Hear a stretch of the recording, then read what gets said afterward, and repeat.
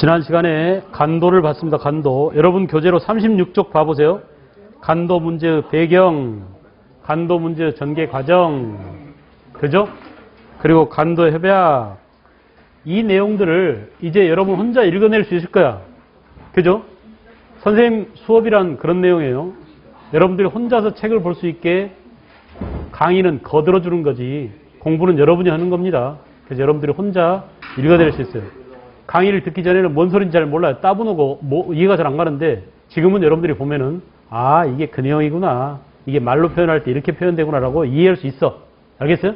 이 책뿐이 아니라 다른 책을 봐도 이제 줄줄줄 익혀 내릴 겁니다. 그래서 선생님 수업은 여러분들이 혼자 공부할 수 있도록 여러분을 도와주고 여러분을 부추겨주고 알겠어요? 힘내게 기운내게 해주고 그런 것이기 때문에 수업은 수업에서 다 끝나는 게 아니라 사실은 진짜 공부를 하기 위한 하나의 보조수단이라고 볼 수 있어요. 알겠죠? 수업 시간에서 힘들더라도 잘 들어보세요. 그 다음에 독도 문제는 너무 많이 이제 우리가 떠들기도 하고 언론에서 많이 나오고 해야죠. 여러분 잘 알 겁니다. 독도는 우리 역사에 등장한 게 언제예요? 신라 때죠, 신라. 신라 장군 누가? 이사부가. 그래 안 그래? 신라 장군 이사부가 우산국이 울릉도인데 울릉도를 점령했었어요. 그래서 울릉도에 속해 있는 작은 섬인 독도는 당연히 6세기 지정왕 때부터 우리 영토로 간주되어 왔었다. 알겠죠?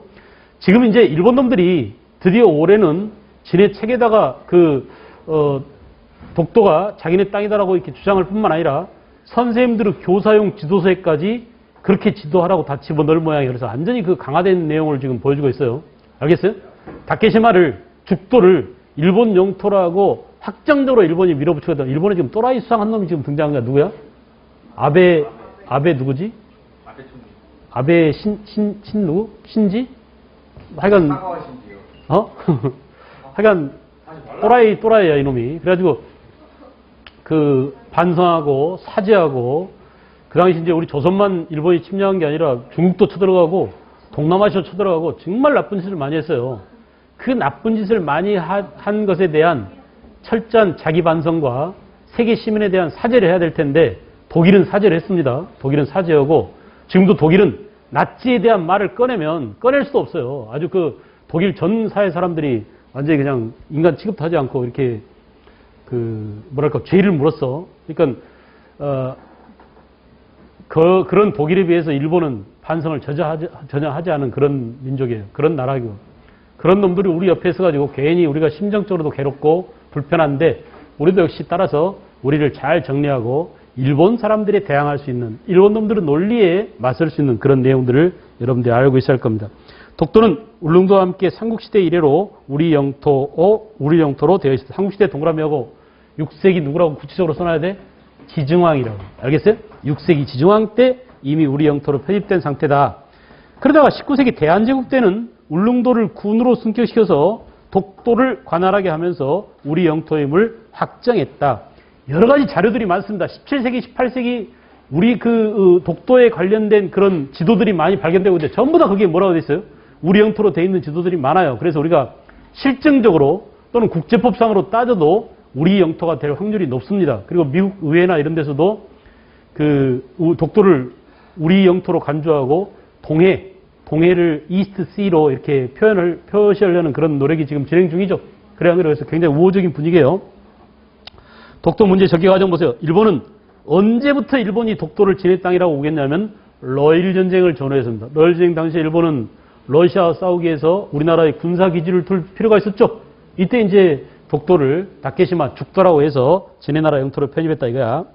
그 다음에 일부 일본 정치인들이 요즘도 미친놈들이 독도를 자기 영토라고 가끔 주장하고 다케시마로 표시하면서 자국 영토인 것처럼 간주한다. 독도는 일제 영토 침략을 상징하는 것이고, 자, 우리가 이제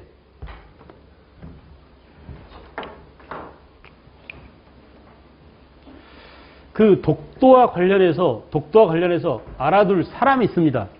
간도와 관련해서는 세 사람이 있다고 그랬죠. 간도 분쟁과 관련해서 세 사람 누구라고요? 토문감계사 말로 해봐 누구야? 이중하, 그죠? 서북경략사 어윤중, 그리고 간도관리사 이범윤. 이렇게 간도라는 지역과 사람들, 역사를 이루는 것은 시간, 인간, 공간이라고 했잖냐. 그래. 간도라는 공간과 간도와 관련된 사람을 알아두면 시험 문제 다 끝나요. 알았어요? 독도도 마찬가지, 독도도.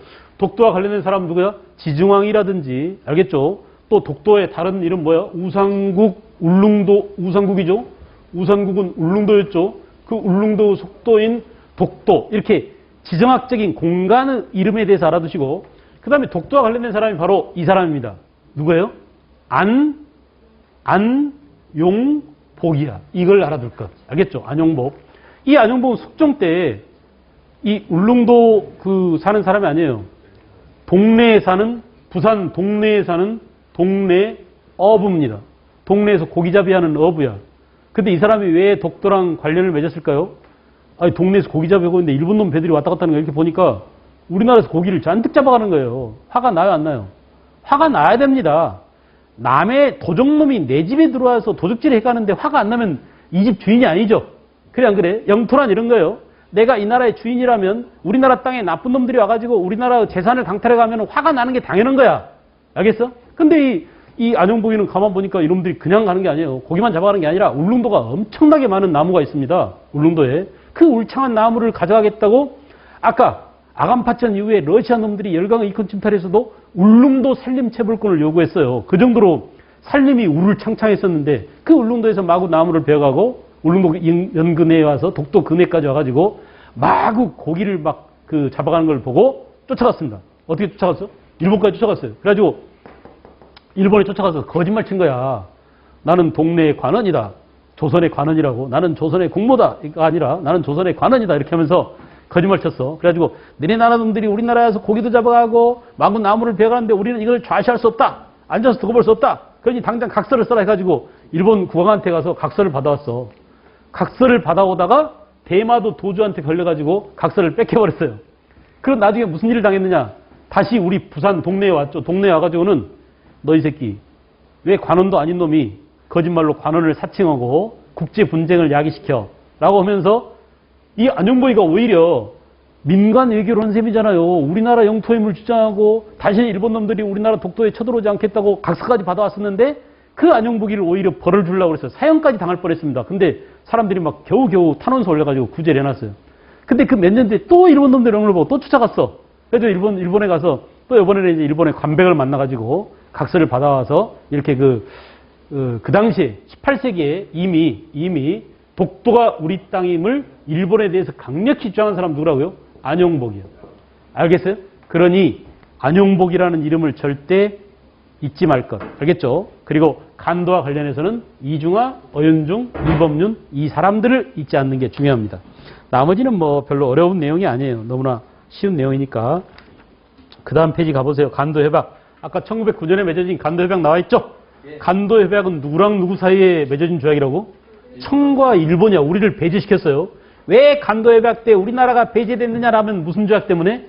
1905년 을사조약 때 우리가 외교권을 박탈당해가지고 우리는 거기에 낄 수가 없었다. 우리나라 외교 문제인데도 일본이 우리 대신 청과 우리나라 영토를 청한테 넘기는데 간도협약을 체결했다라는 점.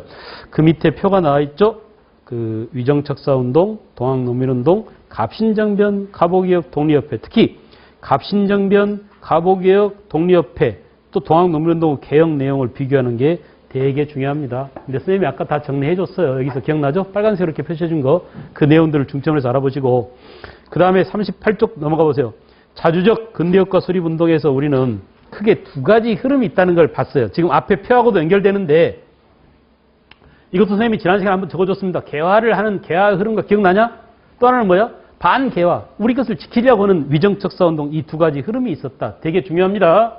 이 흐름들을 모르면 문제 풀기가 힘들어요. 역사는 시간의 전개 과정에 따라서 어떻게 흘러가느냐. 그 스토리 구조를 알고 있어야 되기 때문에. 그래서 여러분 봐보자. 이제 다시 총정리해요. 총정리. 안 쓰겠어요. 거기 다 교재에 나와있으니까 여러분들 또 교재에 표시하면서 봅니다. 자, 실학파, 북학파 실학사상 줄거라. 같이 해보자. 여러분이 스스로 줄거면서 해봐야 돼. 북학파 실학사상 줄거. 그리고 사람 이름 써봐. 스스로가. 누구를 써야 될까 얘들아? 누구를 써야 될까? 박지원을 써야 되겠죠. 박지원하고 한 명 박씨 더 써봐. 누구야? 박재가. 이렇게 쓰면 되겠죠. 특히 박지원의 손자가 누구랬더라? 38페이지. 박지원의 손자가 누구랬어요? 박규수예요. 표시를 해놓으세요. 박지원의 손자 이렇게. 그러면 인간관계적으로도 흐름이 연결되죠. 손자 그 할아버지 관계니까. 그래서 박규수, 오경석, 유대치, 선생님이 유대치 다른 이름이 뭐가 있다고 그랬죠? 유홍기. 기억나시나? 유홍기는 직업이 뭐랬더라? 유홍기는 직업이 뭐예요? 의사, 한의사입니다. 박규수는 양반이죠. 외교관이고, 그래 안 그래요? 그리고 오경석이 뭐예요? 직업이? 역관, 통역관이었어요. 이렇게 주로 한의사나 통역관은 그 당시에 중인 신분이었다. 그 다음에 박규수, 오경석, 유대치 이렇게 초기 계합파라고 쓰세요. 이 사람들을 초기 계합파라고 그래. 그 초기 계합파의 제자들이 이모군란 이후에 둘로 갈라진다. 알겠죠? 이모군란 이후에 둘로 갈라져요. 집중하세요. 급진계합파와 또는 뭐야? 온건계합파. 급진계합파는 누구야? 사람 이름. 김옥균, 박영효, 서광범, 서재필, 기억나? 홍영식. 그 위로 가보세요. 변법적 계화론. 변법적 그 말을 다른 말로 급진적 이렇게 바꿔도 상관없어요. 알겠어요? 그래서 급진계합파야. 전체를 다 바꾸자. 서양처럼, 일본처럼. 그죠? 그러므로 급진계화당은 일본에 뭘 모방했다고? 메이지 유신을 모방하려고 했다. 그래 안 그래? 급진계합파들은 일본의 메이지 유신을 여러분, 급진계합파한테 영향을 준 일본의 사상가가 누가 있다고 그랬지? 내가 이 이름 기억하라고 그랬는데 후쿠자와 유키치. 해봐. 시부렁시로 해보세요. 누구라고요? 후쿠자와 유키치. 알겠죠? 다시 사람 이름 누구라고? 후쿠자와 유키치. 후쿠다치가 아니라 후쿠자와 유키치. 오케이? 그래서 이 사람이 동경의숙에 김옥균, 박영효 이런 사람을 초빙해가지고 가르쳤어요. 사숙을 했어요. 개인 지도를 했어. 알겠죠? 그래서 이렇게 갑시정변을 주도한 사람들이 그들 밑에서 배웠고, 반면에 온건계합파는 뭐냐? 온건계합파는 청의 양문론을 모방하려고 그랬죠. 그래 안 그래? 그래서 가보개혁을 주도한 사람들은 주로 온건계합파들이다. 여러분, 온건계합파를 사대당이라고도 했지만 또 다른 말로 뭐라고 그랬지 내가? 수구당. 또 다른 말로 뭐라고 그랬죠? 네? 민씨일파들이 되게 여기에 속한다고 그랬어요. 그래 안 그래? 민씨일파들, 수구당, 보수당 다 좋습니다. 결국은 그러다가 이렇게 개화를 주장했던 세력은 1896년 독립협회로 뭉쳐진다. 됐어? 독립협회는 최초의 뭐라고 그랬죠? 근대적 민중운동이 뭘 개최했다? 만민공동회를 개최했다. 또 이 독립협회에서 임금한테 건의서 뭘 올렸다고 그랬죠? 헌의 6조를 올렸다. 기억나죠? 그리고 이제 보안회로 연결된다. 보안회에다가 가로 열고 애국계몽단체 이렇게 써놓으세요. 애국계몽단체. 결국 애국계몽운동에 영향을 준 것은 뭐다? 독립협회다. 얘들아, 이것이 성립이 될까? 지금 이 흐름이 성립이 될까? 여러분 머릿속에 실학이 개화사상으로, 개화사상이 개화운동으로, 개화운동이 급진하고 온건이 있었는데 결국 이게 뭐냐? 독립협회로. 독립협회가 뭘로 간다고? 애국계몽운동으로까지 연결된다. 이 흐름, 이 맥락, 이게 머릿속에 있어야 된다니까. 이 구체적으로 다 했잖아요. 방금 전에 독립 다 했죠? 그래 안 그래? 이미 다 봤습니다. 자, 그런 것처럼 또 하나 흐름이 있었으니 이게 바로 뭐냐면 거기 밑에 보세요. 위정척사운동. 자, 위정척사운동은 이 사람들이 자, 성리학 가운데 주로 주리파야. 주리론자들. 그러니까 성리학 주리론을 주도했던 사람들은 주로 영남지방의 영락파라고 했습니다. 기억나 안 나? 기후학파가 주기론이죠. 영락파가 주리론이죠. 영락파 주리론은 주로 누구의 제자들이야? 이황의 제자들이야. 알겠어요? 그래서 기정진, 이항로 이런 사람들이 바로 이렇게 주리론의 영향을 받아가지고 위정척사 사상과 위정척사 운동을 펼치다. 이들과 서로 대립하고 있었다. 오케이? 기억나? 알겠어요? 위정척사 운동 세 단계 해서 다 했던 거야. 1860년대에 병인양요 당시에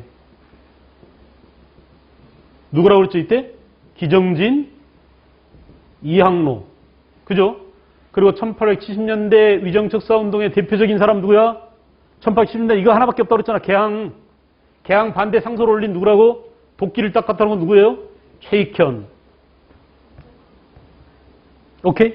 그리고 1880년대 위정척사운동이 가장 격렬했던 때가 무슨 책이 유포되던 때? 조선 책략 유포 당시에. 이 조선 책략 유포 당시에 10,000명한테 사인 받아가지고 상소를 올린 사람 누구예요? 영남 유림 대표 이만손. 그리고 개화를 반대하다가 사형까지 당한 사람 누구라고? 홍제학이 있다고 그랬죠. 그래 안 그래? 홍제학. 이렇게 위정척사 운동이 이들과 대립해서 격렬히 전개되다. 한편으로 지금 뭐야? 근대화를 하자. 한편으로 뭐야? 절대 서구하면 안 된다라고 싸우고 있었다. 싸우고 있었다 이거야. 됐죠? 이 흐름과 이 대결 구도. 한반도에서 전개되고 있던 두 세력 간의 치열한 싸움. 지금도 어때요? 지금도 인터넷 가면 엄청 싸우잖아. 그래 안 그래? 수국 꼴통이야 라고 하면서 또 뭐야? 좌빨 종북이야 하면서 싸우잖아. 똑같은 짓거리 지금 반복하고 있는 거예요. 그러면 나라가 망해요. 그러다가 나라를 뺏겼잖아 우리. 이러다가 나라를 뺏겼어요. 이게 반성해야 돼 지금 우리가. 알았어요? 옛날에 했던 짓거리를 다시 되풀이하면 안 됩니다. 알겠죠? 그리고 이제 위정척사 운동은 그 뒤에 어디로 연결되느냐? 의병으로 연결된다. 의병.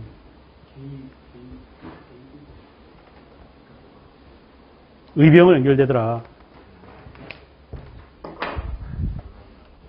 그죠? 그래서 의병도 몇 단계? 1895년 이게 1차 의병. 무슨 의병? 을미의병. 오케이. 을미의병은 무엇을 계기로 해서?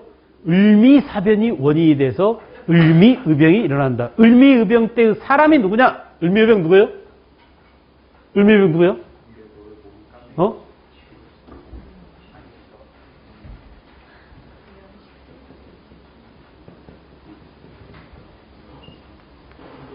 알겠죠? 그리고 1905년에 을사의병이 일어납니다. 이 을사의병 때 중요한 사람이 아까 도끼 상소를 올렸던 누구예요? 최익현이야. 그래서 최익현은 지금 중요 사건에 3번이나 등장했으니 이 사람이 시험에 나올 확률이 제일 높다. 대원군을 권좌에서 끌어내리는 탄핵 상소를 올린 누구야? 최익현. 개항 반대 상소 5불가소 올린 사람 누구야? 최익현. 그리고 1905년 을사조약과 알겠죠? 을사조약 체결에 반발해서 을사의병을 일으킨 사람 누구라고? 최익현. 이렇게 1905년. 그리고 1907년 무슨 의병? 정미의병이 일어납니다. 정미의병. 응? 정미의병. 정미의병 때는 누구예요? 뭔 소리야 갑자기. 무슨 뚱딴 같은 소리를 하고 있어. 개콘에 나올 만한 소리를 하고 있네 갑자기. 홍경대는 밀란이지 의병이 아니잖아. 뭐야 이거? 정미의병 때? 네? 군대 해산에 반발해서 서울시대 제1년대 1대대장 누가? 박성환이 자결했어요. 해산 군대가 나오면 정미의병입니다. 알겠죠? 그리고 이때는 뭐냐? 이때는 여러분 봐봐.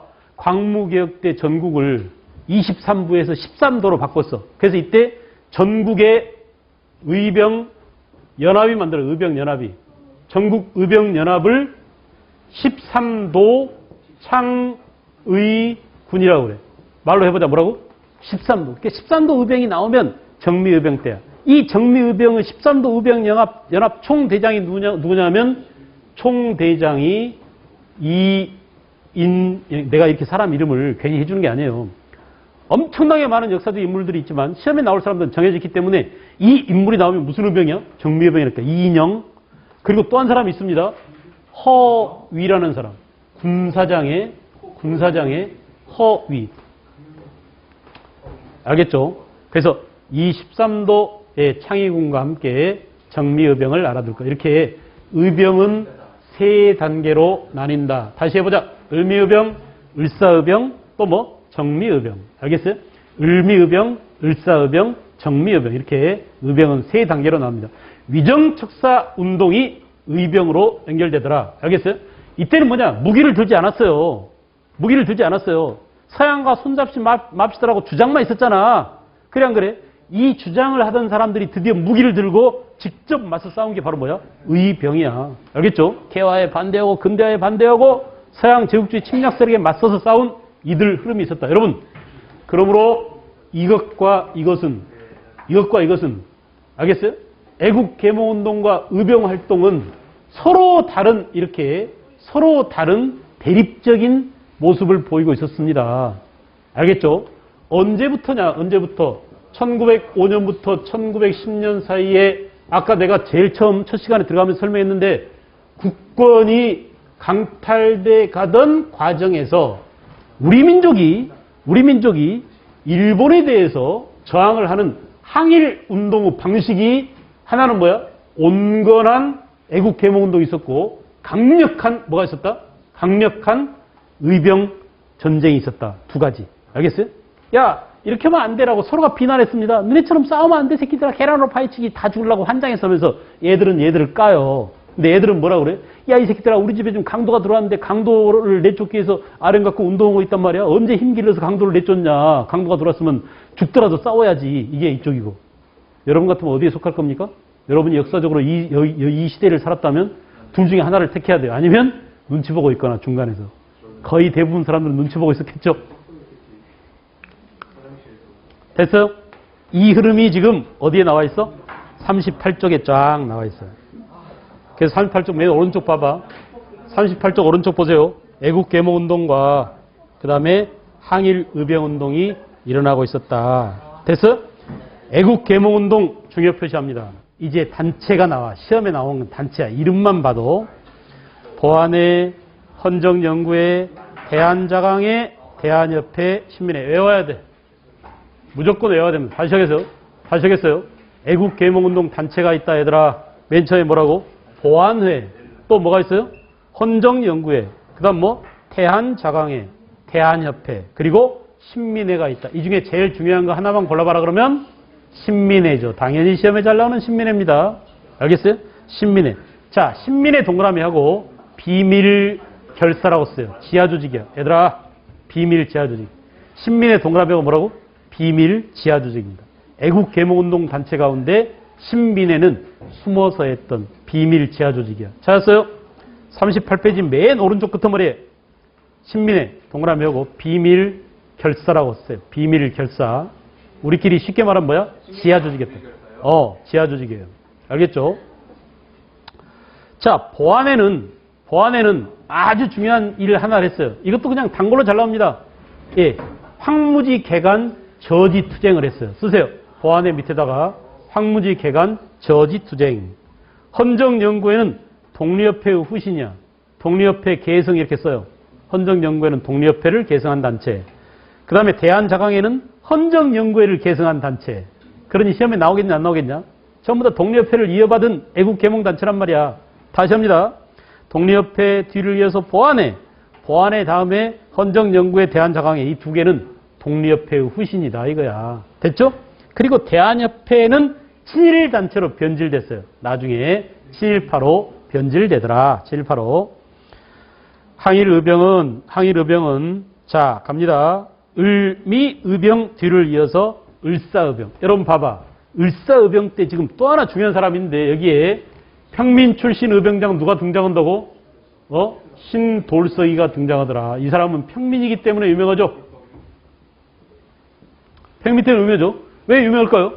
전부 다 뭐야? 전부 다 옛날에는 이 사람들이 전부 다 유생장이었어요. 그 의병장이었어. 유생들이 다 의병장이었어. 유생 의병장이었는데 드디어 평민 출신 의병장이 등장했습니다. 알겠죠? 이 사람뿐만 아니라 정미의병 때 이 13도 의군에 끼었던 홍범도도 그 유명한 홍범도도 평민 출신 포수. 산에 사냥하러 다니던 포수예요. 홍범도가. 알겠어요? 양반이 아니야. 나머지는 전부 다 양반 의병장인데 이 홍범도나 신돌석 이런 사람들은 평민 의병장이었어요. 알겠죠? 그래서 이렇게 평민 출신 의병장도 등장이 됐다. 이게 이제 왜 무슨 일이 생기냐면 의병에 양반이 이제 의병장으로 가잖아. 그럼 양반이 어때? 의병장으로 가면 그 밑에 노비나 이런 놈들이 어때요? 졸졸졸 따라다니겠죠. 창도 들고 다니고 옷도 들고 다니고 갑옷도 들고 다니고 갑옷도 입혀주고 이러잖아. 그러니까 자연히 의병장으로 양반이 가면 평민들은 물론 노비까지 따라다닙니다. 그런데 같은 의병장이라고 해서 평민 출신 의병장이 이렇게 의병들을 모으니까 이 양반들이 얘들을 끼워줘요, 안 끼워줘요? 안 끼워줘요. 너희들은 인마 쌍것들이 어디 가서 함자리 끼려고 그래. 저리 비켜 하면서 평민 출신 의병장들을 배제해. 알겠어요? 이것이 우리의 의병 활동에 굉장히 문제가 됩니다. 내 말 잘 들으세요. 알겠어요? 의병장도 양반 의병장과 평민 의병장인데 이 양반 의병장과 평민 의병장 사이에 의견 대립이 많았어요. 나라를 구하는데 양반 쌍놈이 어디 있습니까? 내가 비록 평민이지만, 내가 비록 포수지만, 내가 비록 농민이지만 나라를 구하는 데는 나도 한 목숨 바쳐서 할래요 라고 했는데 웃기지 마 새끼들아. 너네들은 쌍것들이야. 어디 쌍것들이 양반 회의자리에 끼려고 그래 하면서 얘들을 배제시킨단 말이야. 알겠죠? 자, 이거 보세요. 지금 중요한 거 하나 나왔어요. 1895년 을미의병 때 이 사람들은 유인석, 이소홍은 임금의 명령이 내렸어.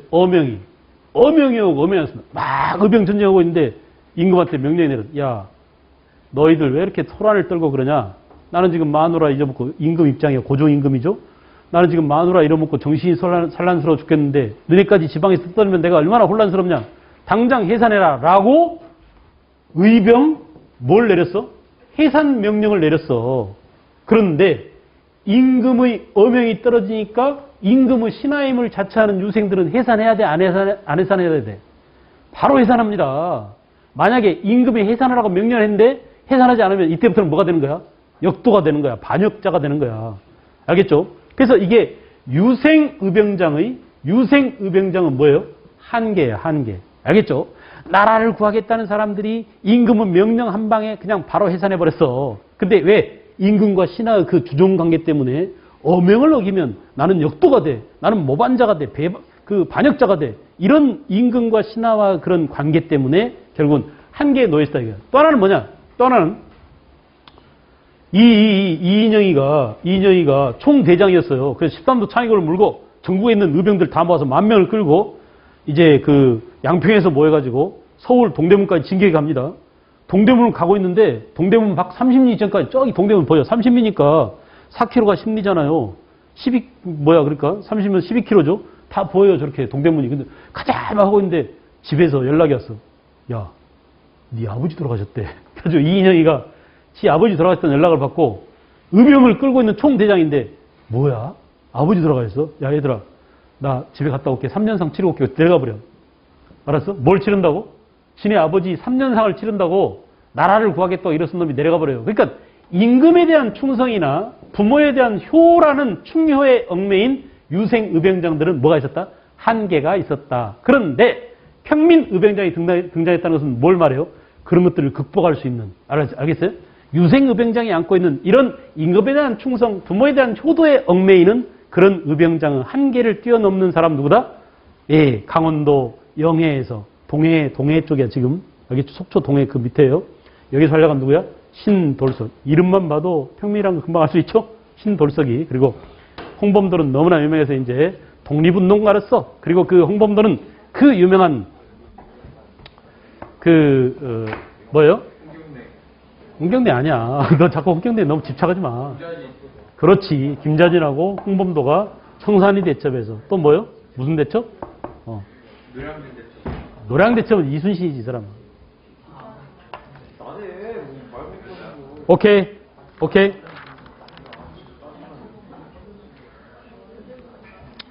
그 다음에 39쪽으로 왔습니다.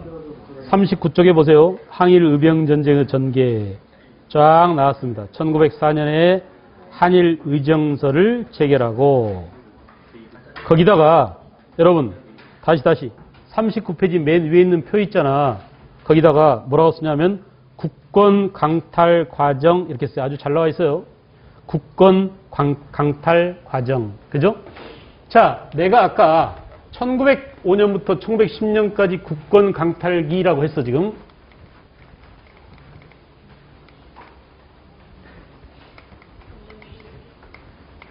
이 부분을 여러분 교재에서 보다 더 디테일하게 지금 하고 있는 거예요. 다시 말하면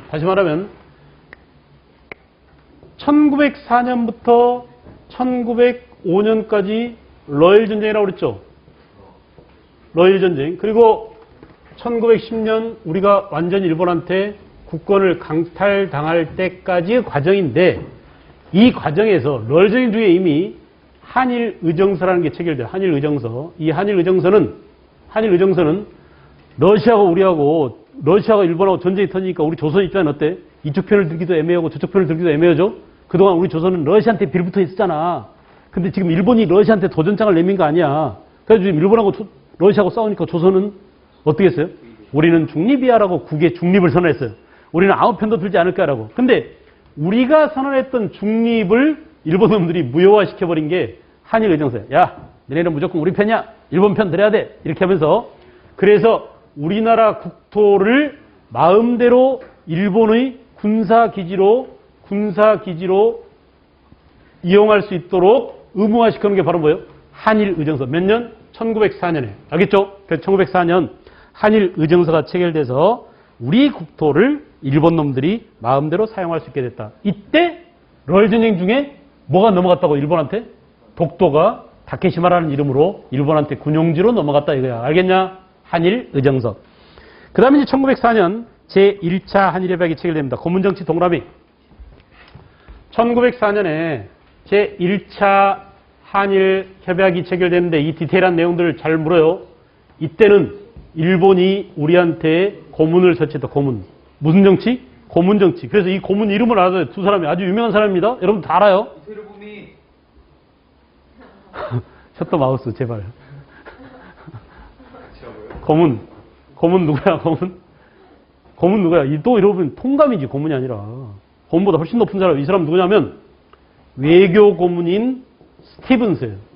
들어봤죠? 스티븐스. 그리고 재정 고문인데 이 사람도 시험에 잘 나와. 재정 고문. 누구예요?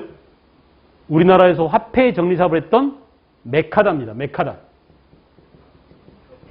오케이? 그래서 스티븐스와 메카다 이렇게 고문들이 와서 외교와 재정 면에서 감나라 배나라 간섭을 했었다. 1차 한일협약 때. 알겠죠? 일본 사람이에요? 얘는 미국 사람이야.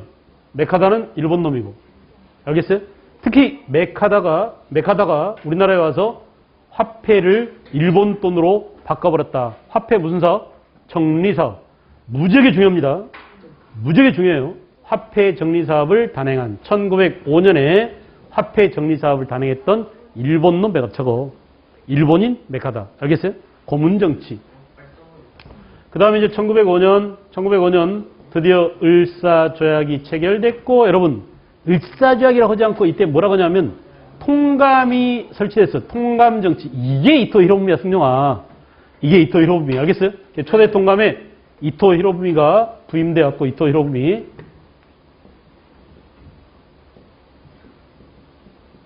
그죠? 통감정치. 자, 여러분, 을사조약이라고 시험에 안 나와요. 그리고 이렇게 다른 이름으로 나옵니다. 통감정치라는 이름으로 나와. 그럼 이건 을사조약이다라고 이런 판단해야 돼. 알겠어요? 또 다른 이름으로 뭐가 나오냐? 외교권 박탈. 이거 선생님 얘기해줬죠? 외교권을 박탈당했습니다. 을사조약으로. 통감정치가 시작되었다. 외교권이 박탈되겠다 하면 을사조약이야. 알겠어요? 을사조약. 이 을사조약에 대해서 고종임금이 도장 찍었어, 안 찍었어? 안 찍었어요. 알겠어요? 그래서 을사조약의 부당성을 호소하기 위해서 고종임금은 그 당시 어디에요? 네덜란드 헤이그에 누구를 파견했어? 헤이그 특사를 파견했죠. 이 헤이그 특사로 파견된 사람이 세 사람. 좋았어요. 이준.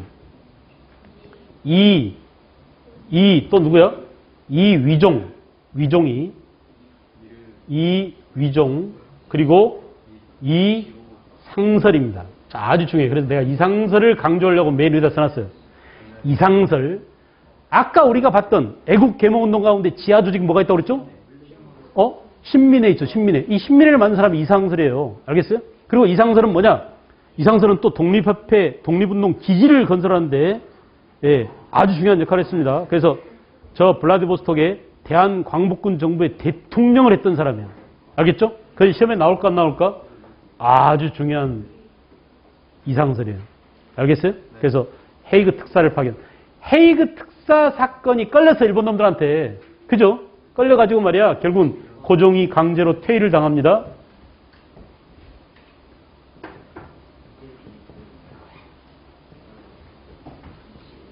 그죠? 고종이 강제로 퇴위를 당했어요. 헤이그 특사가 원인이 돼서 고종이 퇴위를 당하고, 고종 퇴위와 함께 1907년에 또 뭐예요? 정미 7조약이 체결되는데, 여러분 봐봐. 을사조약은 1차 한일협약 말고 2차 한일협약이라도 하고, 알겠죠? 봐봐, 얘들아, 봐봐, 주목해. 1차 한일협약과 2차 한일협약, 2차 한일협약을 을사조약이라고 그러고, 정미칠조약을 3차 한일협약이라도 해요. 알겠죠? 정미칠조약. 그래서 이 정미칠조약 때 뭐가 있었냐면, 차관정치가 시행돼. 차관정치.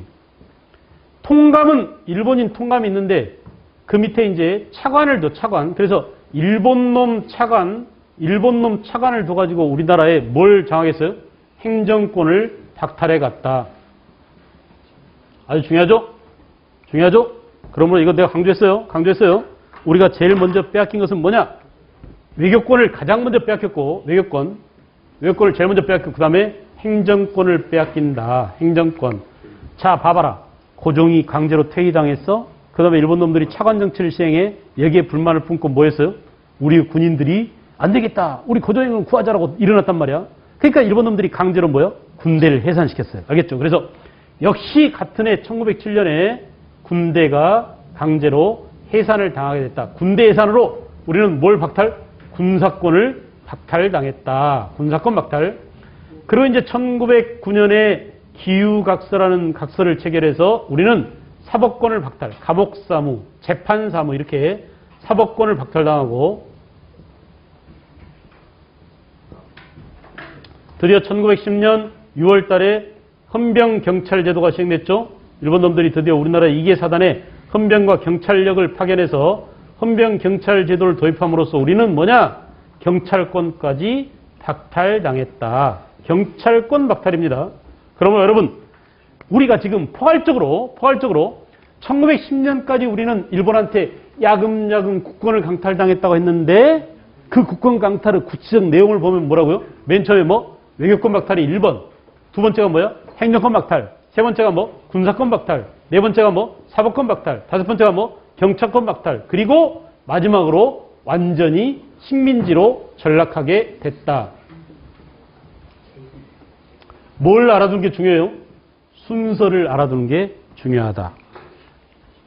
오케이? 오케이. 여기서 잘 정리해 두십시오. 여기서 정리를 잘 해둬야 돼.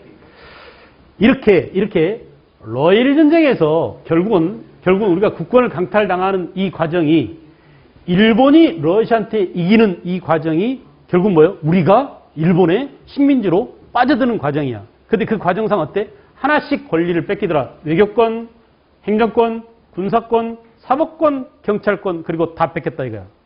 알았냐? 이렇게 나라를 빼앗기는 과정, 서글픈 과정을 봤습니다.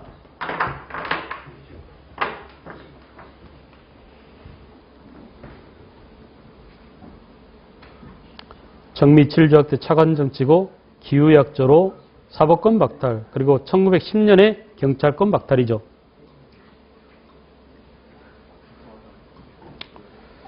그 다음에 이제 그 밑에 보세요. 밑에. 자, 을미의병, 보수적 유생층과 동그라미, 가로하세요. 유생층 뒤에. 을미의병 밑에 보수적 유생층 돼 있죠? 뒤에다 가로 열고, 의병장이라고 써요. 의병장은 누구라고요? 유생이 의병장이었고, 을미의병 때는 거의가 다 유생들이 의병장이었습니다. 그 다음에 그 밑에 뭐예요? 동학농민군의 잔여 세력이 동학농민군에서 농민군 중에 살아남은 자들이 의병활동에 가담하게 됐다. 됐죠? 그 다음에 이제 대한제국이 세워지고 의병 해산 권고 조칙이 내려지자 결국은 강제로 해산당하고 말았다. 그 다음에 그 밑에 봐봐요. 자, 을미의병 이후에 남학당, 영학당, 활빈당 외워야 합니다. 이건 전부 다 뭐냐? 동학의 잔당들이 만든 거야. 다시 남학당, 영학당 여러분들은 못 들어봤을지도 중학교 과정에서 잘 안 배우는 거야. 알겠죠? 중학교 과정에서 잘 안 가르치는 거예요. 그래서 영학당, 남학당, 활빈당 이 세 가지는 뭐라고? 동학의 잔당들이. 알았어요? 동학 농민운동 가운데 살아남은 자들이 만든 그런 단체들이었다라는 점. 그 다음에 을사조약에 반발해서 을사병이라는데 전직관리와 양반 유생층 그리고 평민의병장 뒤에다 가로 열고 뭐라고 해야 돼? 신돌서기를 써놔야 되겠죠. 평민의병장. 을사의병 당시 활약했던 평민의병장 신돌석. 그 다음에 정미의병은 뭐냐? 고종의 강제퇴위와 군대 해산에 반발해서 1907년 정미의병이라는데 서울시의대 제1대대 1연대장 누가 죽는다고? 박성환이 자결했고 박성환 이름 해봐. 누구라고요? 박성환, 군대상 관련된 사람이죠. 그래서 이때부터 이제 본격적으로 해산된 군대가 우리 의병에 가담함으로써 좋은 점은 뭐예요? 의병은 투쟁력이 강화됩니다. 무기도 많아지고 조직력도 강화되고, 알겠어요? 그래서 의병 전쟁 단계로 들어가더니 드디어 1908년에 서울 진공작전을 전개하더라. 유생 출신 의병장을 중심으로 해서 13도에서 뭘 만들었다고? 13도 창해군. 이 말이 나오면 무슨 의병이야? 정미의병이에요. 알겠죠? 그리고 그 총대장에 누구? 이인영. 군사장에 누구? 허위. 근데 누가 집에 가버린다고? 총대장 이인영이 집에 가버렸다니까 아버지 돌아가셨다고. 그러니까 이건 바로 뭐냐? 양반 유생 의병장의 한계임이 분명했다. 그죠? 창해군 편성에서 밑에 보세요. 또 신돌석이라든지 홍범도 이것들은 쌍꺼들이라고 해가지고 의병장들이 제외됐어요. 그러니 뭐라고? 양반 의병장에 한계가 있었다라는 점이죠. 자, 여러분, 그런데 우리 국내에서 이렇게 의병들이 활약했었는데 이 의병들이 떼죽음을 당한 사건이랍니다. 이것도 반드시 알아두세요. 이렇게 의병이 줄기차게, 이거 봐, 얘들아. 1905년부터 1910년까지 나라를 빼앗기는 과정에서 그 나라를 지켜야 된다고 목숨 걸고 피 흘려 못 바쳐 의병 전쟁에 참여했지만 결국 이 의병들은 1909년에 일본 놈들이 뭘 단행했느냐? 남한 대토벌 작전을 전개합니다. 이게 바로 국내 의병 말살 정책이야. 알았어요? 이래서 우리 의병들이 대타격을 입는다. 거의 의병이 없어졌습니다. 오케이? 몇 년도에? 1909년에. 알겠죠? 그래서 이 의병들을 마구잡이로 잡아가지고, 봐봐라 얘들아. 마구잡이로 잡아가지고 재판도 없이 마구 죽였어요. 뭘 통해서? 기후각서에서 사법권을 박탈해버렸잖아. 그래 안 그래? 그래서 우리 의병들은 떼죽음을 당했다. 1909년 남한 대토벌로. 그리고 그럼에도 불구하고 마지막까지 살아남은 의병이 있었다. 그 마지막까지 살아남은 의병은 1914년까지 활약했던 의병인데 이 사람 이름을 좀 기억하시라. 이 사람 이름은 최응언이라는 라스트 의병이에요. 알았어요? 최응언. 알겠죠? 그래서 언제까지? 일본 놈들 밑에 식민지로 들어간 때에도 의병이 있었다 없었다? 있었다. 대단하죠? 우리가 식민지로 전락한 이후에도 국내에서 활약한 라스트 의병이 있었는데 그게 누구냐? 최응언이라는 사람이다. 잘 기억해. 최응언.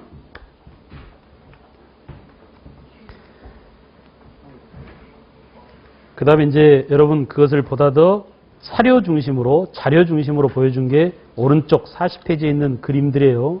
그래서 항일의병운동 1기는 을미의병, 그 다음에 항일의병운동 2기는 을사의병, 특히 이제 을사의병 때부터 애국개몽운동과 함께 본격적인 저항운동으로서 의병운동에 각광을 받게 됩니다. 남한 대토벌, 1909년 남한 대토벌로 우리 국내 의병은 크게 타격을 입더라. 됐죠? 조금 쉬었다가 애국개몽운동 또 나머지 한 축인 애국개몽운동을 좀 전개하겠습니다.